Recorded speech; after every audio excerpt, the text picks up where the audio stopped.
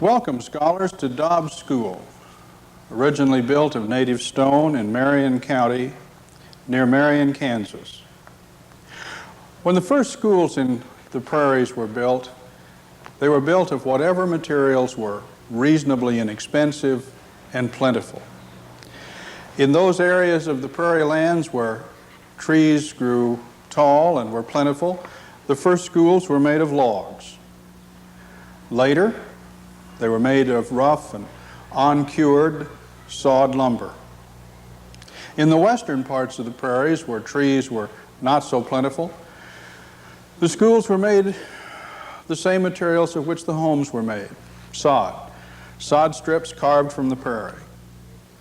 In other places, where the rolling prairies created hillsides and valleys, sometimes the schools were dugouts in the side of the hills, and in other times, even limestone caves were pressed into service as the school for the children. Some of the first schools in districts that were hard up for ready cash were in tents, tar paper shacks. Even brush arbors served as schools in the warm months of the fall and spring. And in some cases, living rooms and parlors of farmhouses were pressed into service. Later, as the school districts became more affluent and more money was available, schools were built of lasting materials, finished and dressed stone, finished lumber, and yes, even brick. Looking at a map of Lyon County, Kansas, just after the turn of the 20th century, at a time when public schools were very popular as far as the one-room school variety were concerned, we can see that in this one county alone, there were over 120 one-room schools.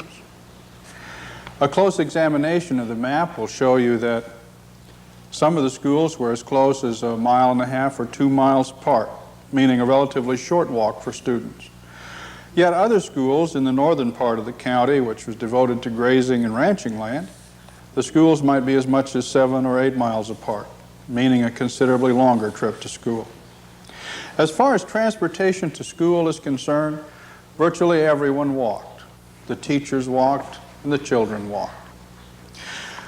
There were some students who did ride their ponies to school, and some of the ranching children who lived quite some distance from school who regularly rode horseback. On some schools there was a barn nearby or a stable. And in other cases, the children left and boarded their horses with a farmer or rancher who lived near the school. Eventually, the districts began to transport children to school using buses. Originally, they were horse-drawn, and of course, in wintertime, the wagon wheels could be removed and sled runners were put on. In many districts, they simply referred to them as the kid wagons.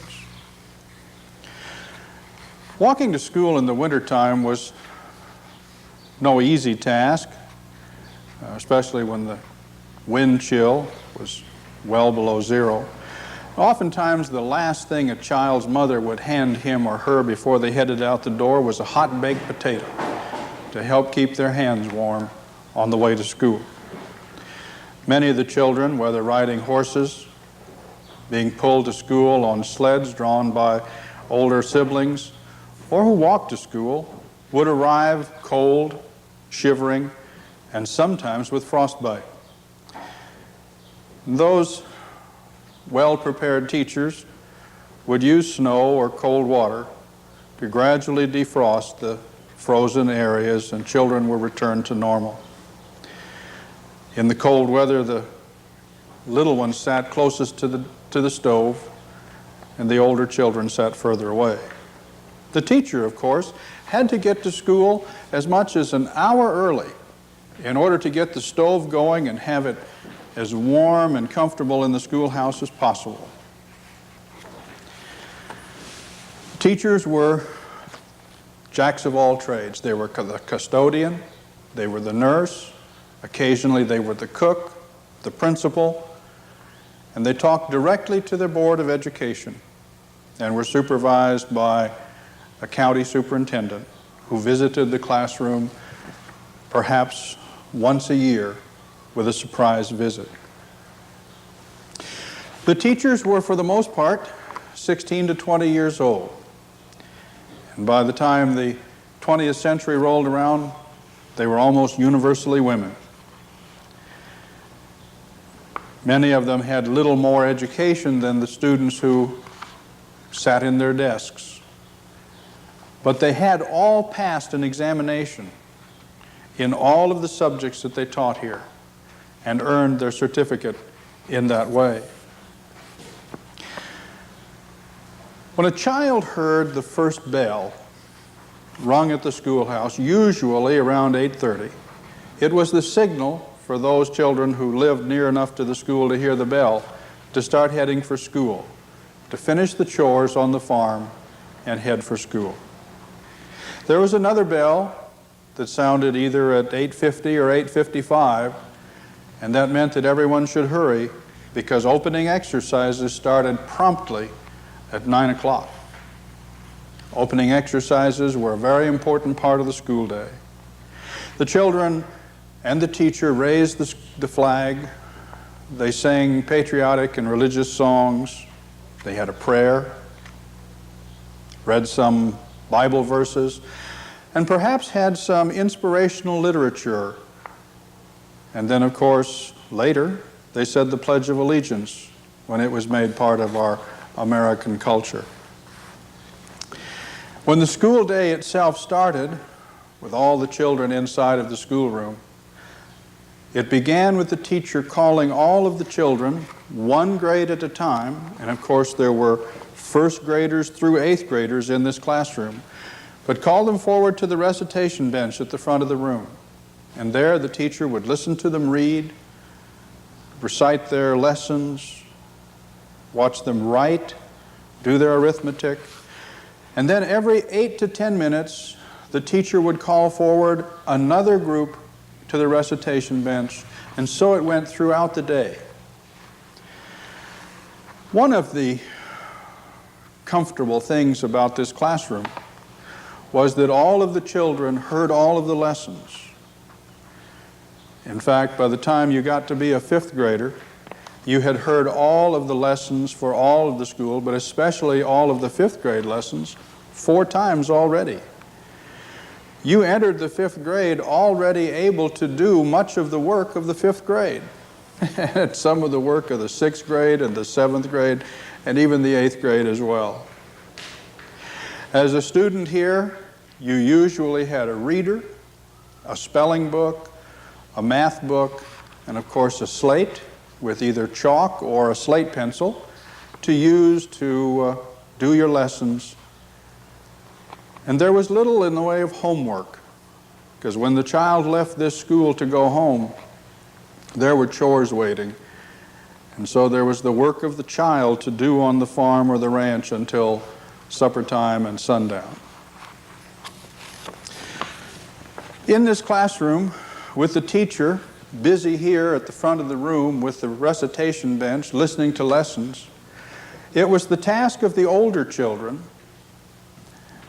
or perhaps the smarter children, who finished their lessons first, to help with the seat work of other children. This wonderful opportunity for review and practice for everyone was, of course, helpful not only to the scholar who was being assisted, but also to the tutor as well. In spite of some of the stories to the contrary, we hear from former one-room school teachers that really the discipline in this room was not so bad. And the presence of those older brothers and sisters oftentimes was a calming effect. That plus the fact that after a couple of generations in a farm community, many of the children who went to school here were related to each other. And of course the grapevine worked very well, and parents knew if you'd gotten in trouble at school. Trouble at school usually meant things like sitting on the dunce stool here in the corner.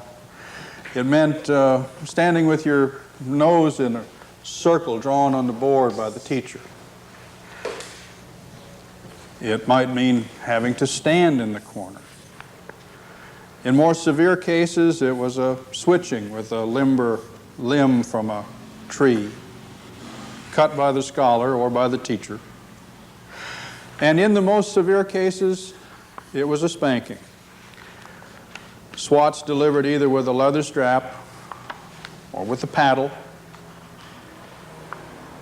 But if a child got in trouble at school, when that youngster returned home, there was almost always the question from the father, what happened at school today?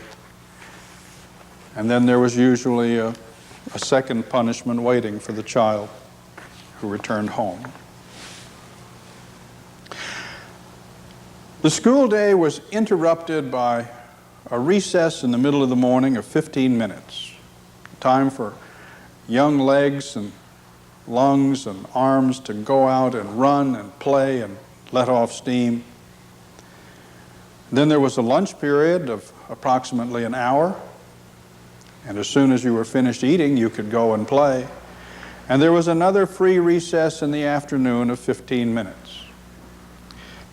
The contents of the lunch pails brought by the children to the one-room school reflected the food and the cooking of the home from which the child came. In most cases, there was a sandwich made of fried egg or fried meat, something left over from the supper the night before or breakfast that morning.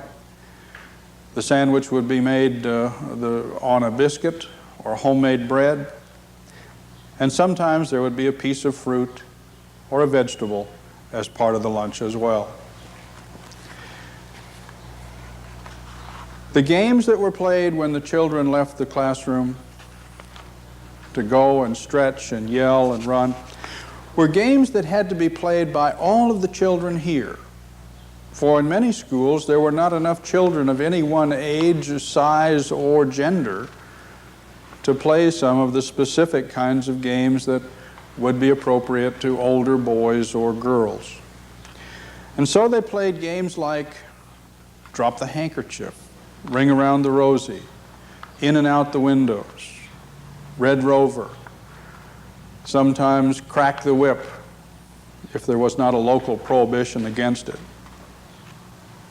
In the wintertime, games like fox and geese with the circles tramped in the snow were very popular, as well as sliding on the ice or on the snow of the hillsides. Sometimes the children would play ante-over with a ball, throwing it over the rooftop of the schoolhouse. The schools were put to a variety of uses. This structure set on the rolling prairie was much too valuable to be used just for school. And so on Sundays it was a church. On election day it was a voting place.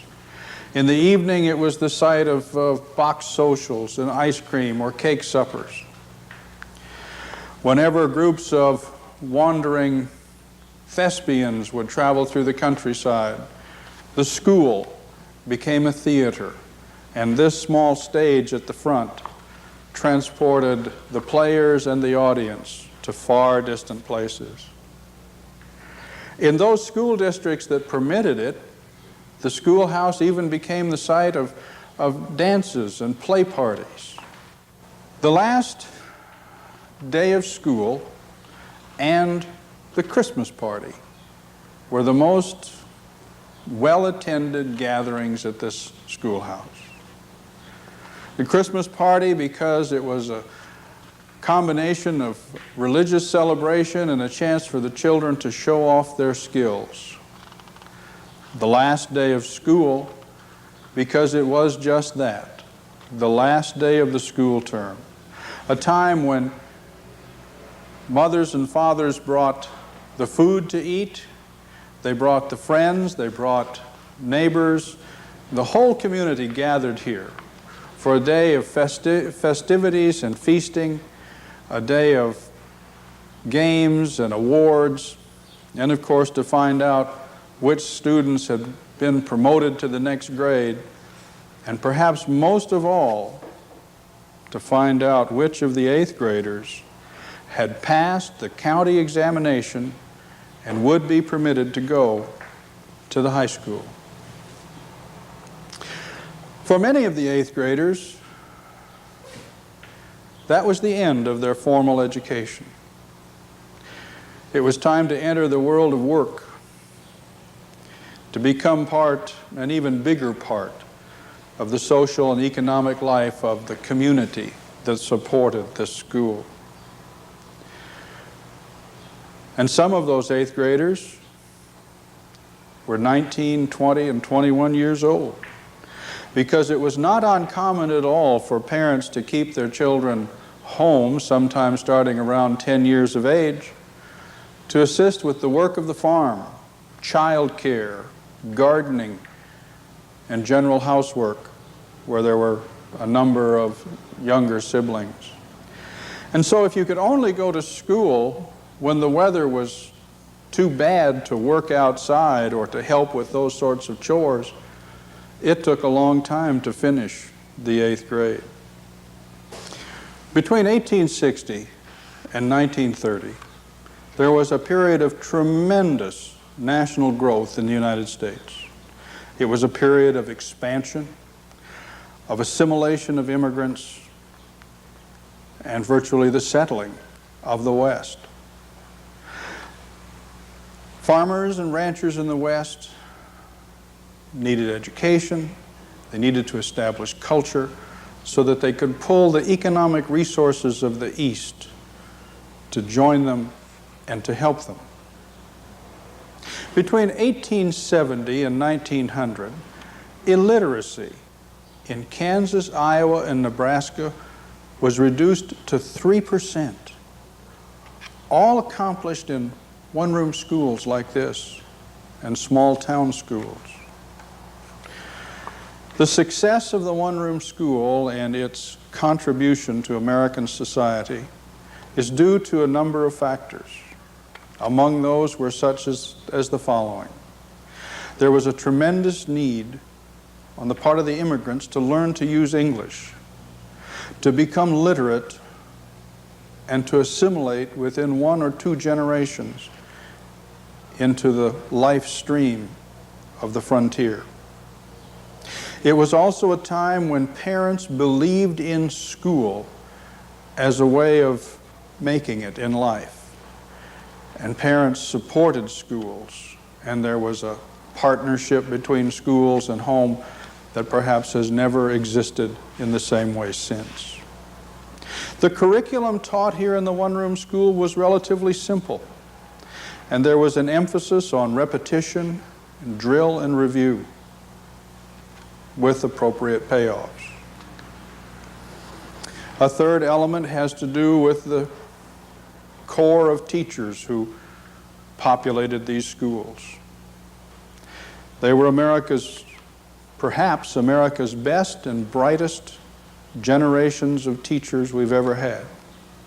For these intelligent, ambitious, and well-educated young women found other employment opportunities closed to them, and there were virtually no opportunities for them outside of the one-room school.